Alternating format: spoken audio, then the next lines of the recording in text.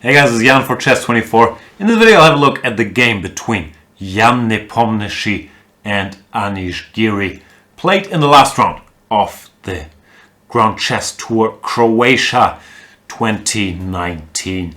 The event is over. 12 of the very best players in the world battled it out for 11 rounds. And in the last round there were two encounters worthy of game of the day. One was the one between Magnus Carlsen and Maxime Vachier-Lagrave that was analyzed by my dear French colleague Laurent Fressinet, so check that out if you haven't already.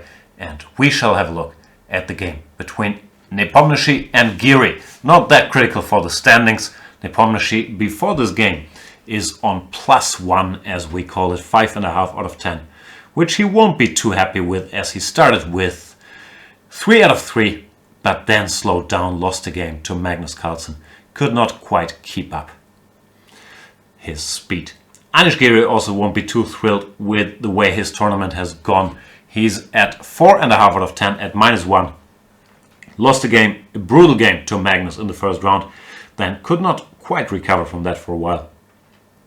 Lost another one, but then stabilized, won a game against Shakhmaryarov, and now at least has a shot to make it to 50%. But, of course, not easy with the black pieces against world-class Jan Nepomniachtchi. So let's have a look. What went down? Nepo went for 1e4, as he does most of the time. And Giri sticks to, I think, his main weapon, the knight off, even though Giri can play different things, so it's not quite clear what his number one priority is at any given moment. After 2d6, Nepomniachtchi, as many top players these days, decides not to go for the open Sicilian 3d4, but instead to give this little check, which used to be considered as sort of a drawing dull weapon, but that status has really completely changed. Nowadays it's just a full-fledged mainline trying to gain an advantage. One reason is that black mainly plays knight to d7 at the highest level now, since the move bishop d7 that used to be considered to be very solid somehow fell out of favor after bishop d7, queen d7, c4, intending to play knight to c3, short castles, and d4. These ensuing, we call them Marocchi structures, have turned out to not be as simple for black as they used to be considered to be. Was that English?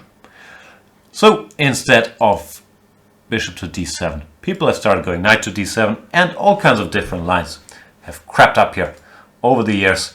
d4 is what they mainly used to do. That's not so popular anymore, but short castles, the move we see in the game, pawn to c3, and even the very weird looking move bishop to a4 have all gained a bit of a following here.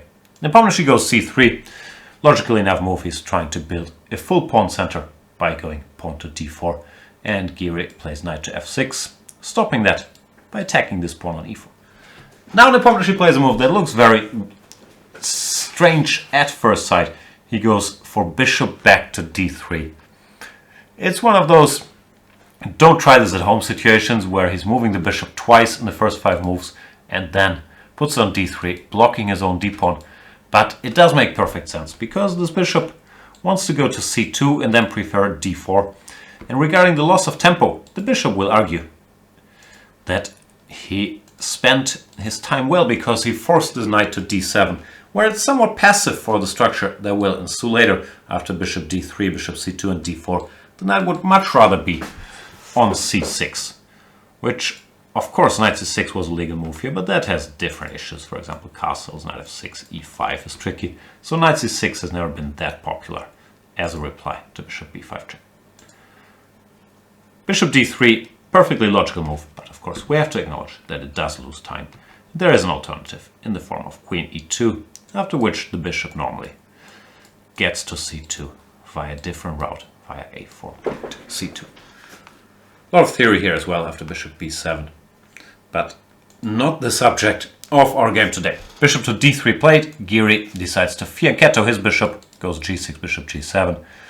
There was a recent game by Levan Aronian, another top player that likes this bishop d3 move that featured knight to e5, I think. Then bishop e2, hoping for knight takes e4, queen a4 check. Always a tactic to keep an eye on in these types of structures.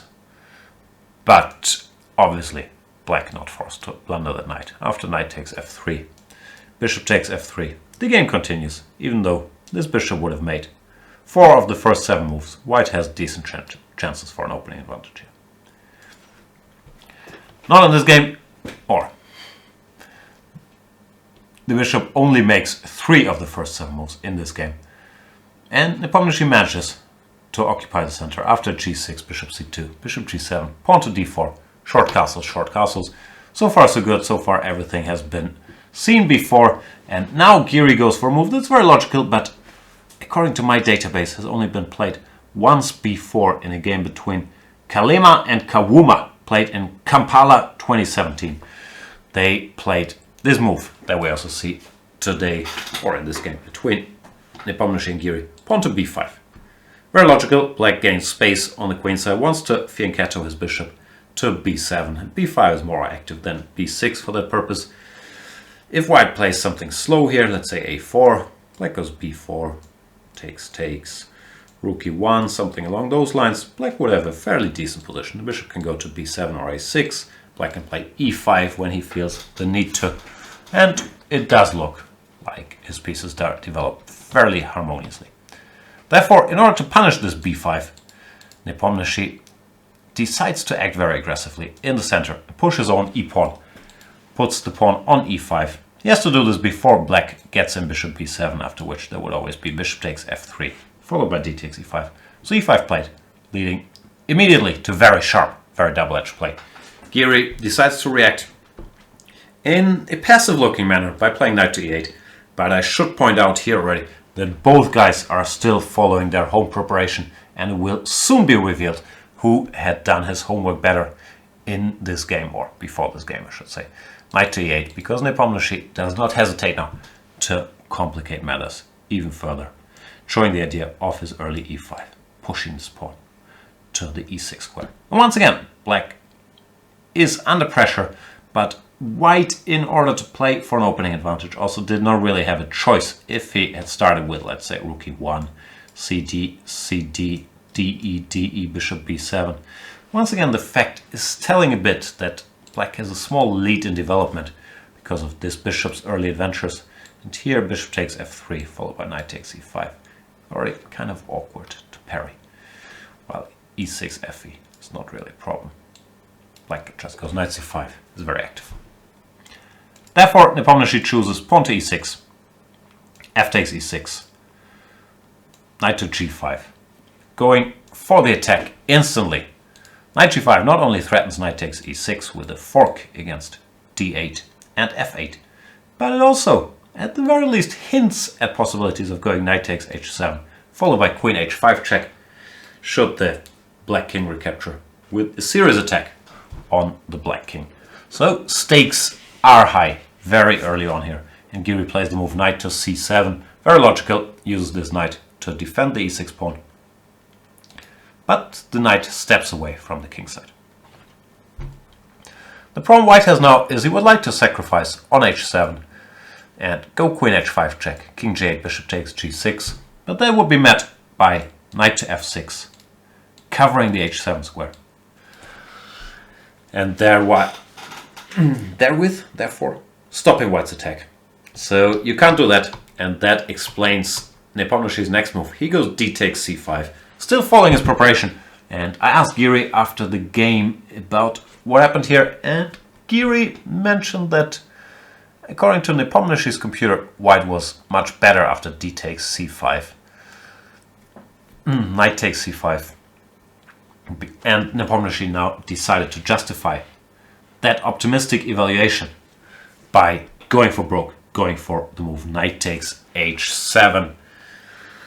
Knight takes c5, of course, does have the drawback that the knight can no longer rush to the king's defense and go to f6. But it turns out that Giri had done his homework as well, and here after king takes h7 you can already see from the little engine bar that the computer is not very convinced by white's attack. Nepomniachtchi was maybe led astray by an optimistic evaluation somewhere around here, where the computer could not fully see what was about to happen yet, and thought he had to justify it by going for it with knight h7. But as we will see, it does not quite work. White had some alternatives here, but I could get nothing to work, so theoretically it looks like black is doing alright here. I tried some moves like h4, pawn to e5, and if h5, bishop to f5, defending everything, while knight h7, once again, did not fully get the job done. Similar play like in the game, we'll see in a minute. Queen g4 is also a move that made a lot of sense to me. Once again, threatening knight h7 followed by queen g6. But after h6, knight to f3, pawn to g5. I couldn't really break through. For example, h4, e5, queen h5, e4. This pawn blocks the long diagonal and black has enough defensive resources. I clicked some more here, hg, queen e8. Targeting the queen. Long story short, it's a very sharp position, but black does have enough defenders. White still has a dormant queen side, so if you want to justify it outside of it works move by move for black, you could say, well, white isn't fully developed, therefore his attack is not strong enough. Let's see what happened in the game though. Knight takes h7, king takes h7, queen h5 check, king g8, forced, this pawn is pinned, bishop takes g6, threatening queen to h7 checkmate, and it does look scary, does it not? The queen will come to h7, the other bishop will enter festivities. So how does black defend? Giri explained to me later that luckily for him, first of all, he knew the evaluation that this was good for black, and secondly, the moves aren't very hard to find because they're all absolutely only moves, and starts with rook f6, clearing the f8 square for the king, and also importantly, giving black the option to take this bishop on g6 if needed. There was not really an alternative, so it's an easy move to play, but you still have to make sure that after queen h7, king f8, bishop h6, you don't lose on the spot, because white has quite a few threats here. Obviously, taking on g7 with either queen or bishop would be made, but bishop takes h6 would also not be a very good idea, because it's met by queen h8 checkmate. So, black only has one defense, and that is taking this bishop instantly. And I could imagine that from afar, Nepomniachtchi maybe having been led astray a bit by his computer's evaluation at low depth, thought that in this position he could win with queen h8 check, because queen h8 does pick up the queen. I'm not sure if that's true, I'm just speculating that he missed this from afar. King to f7, queen takes d8, the knight on c7 is hanging. The problem for white, however, is that his queen is far away from home, and black has some nasty tactics to take advantage of that fact. The most brutal way to do it is to start with rook takes g2 check. Boom. If white were to take king g2, bishop b7 check, picks up the queen with a decisive material advantage. After f3, rook takes d8. Black would have two minor pieces versus a rook and the better pawn structure. So this is just completely hopeless. For white, therefore, best avoided. The problem is, the way to avoid this after rook g2 would be to play king to h1, which is also not very tempting. Black has many ways to get an advantage here. The most clear-cut might be just to take this bishop. Bishop takes h6, queen c7. Now, devastating, quiet move, just go back home, rook g6. And it turns out there is absolutely nothing white can do against a slow burning but completely crushing black attack. Black goes bishop b7, then puts this bishop here, rook to h8 or g8. Knight, if needed, can jump to d3 and mate will follow. For example, knight a3, bishop b7 check, f3, bishop to f4, keeping options open. Now, let's say rook a to d1, just developing a piece, stopping knight d3. Black has the nice little move, bishop takes h2. No more shelter for the white king. King h2, rook h8. Happens to be checkmate. If white wants to stop bishop h2 by rook to f2, black has knight d3, threatening knight f2 checkmate. The rook can't stay on the second rank because of bishop f3. Once again, with checkmate, you get the idea. Black has too many attackers, white doesn't have enough defenders. It's checkmate. So I would guess that, to his horror, Nepomniachtchi realized all that here after rook g6, or maybe even earlier than that. But it does turn out that queen h8 is just a losing move, therefore he had to go queen takes g6. But after queen g6, bishop h6, queen h6, king e8, the early intentions sort of disappear, and it's time to take stock. Black does have a bishop and a knight versus a rook and a pawn, which is roughly material equality, but in the middle game, usually the two minor pieces are superior to the rook. Especially here, where the pawns, white has passed pawns, but they can't really move because advancing them would expose the white king quite dramatically. Another factor is that the white rooks don't really have open files. The black little pawn trio in the center does a great job restricting the rooks and sheltering the king once it goes to d7. While the white king currently has good shelter, but can become a target after something like bishop b7, king d7, queen g8. So long story short, the white position is just really, really bad, and Nepo has to find a way to mix it here.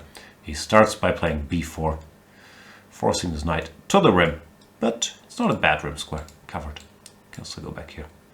Knight to a3, tending to play c4, maybe at least opening some files against the black king in the center. The king does occupy its rightful post on the d7 square. White goes c4, takes, knight takes, and Giri decides to not put the bishop on b7, but instead to develop with tempo, play bishop to a6, pinning this knight on c4, rook a to c1, and now he plays the only move thus far that the computer is not so happy with. He goes knight back to b6. Not a mistake, I don't even think it gives away black's clear advantage, but it might give white some more bad chances of survival than the computer's favorite move, which is the move queen to h8, offering an exchange of queens. But it turns out that after queen takes h8, rook takes h8, the black pieces are just so superior. This knight would go to d5, and sooner rather than later, something would fall. The black pieces are superbly coordinated, and the white position is just fairly hopeless here. White could keep the queens on the board as well, playing something like queen d2, but once again after knight d5, black's coordination is just superior. And as it is often the case in these battles between a rook and two minor pieces are just stronger, because there are more pieces in the area where the sides clash. The rook, for now, is just a bystander. So queen h8 would have been a good move. Giri's move is knight to b6. Doesn't really spoil anything, as mentioned, but it might have given Nepomniachtchi a chance somewhere here after knight b6, ab, rook fe1. Giri goes bishop to b7, not forced. My computer likes the move queen g8 as well, just covering the e6 square, but that's a little artificial. Bishop b7, very logical, keeping an eye on g2, and at the same time attacking the a2 pawn.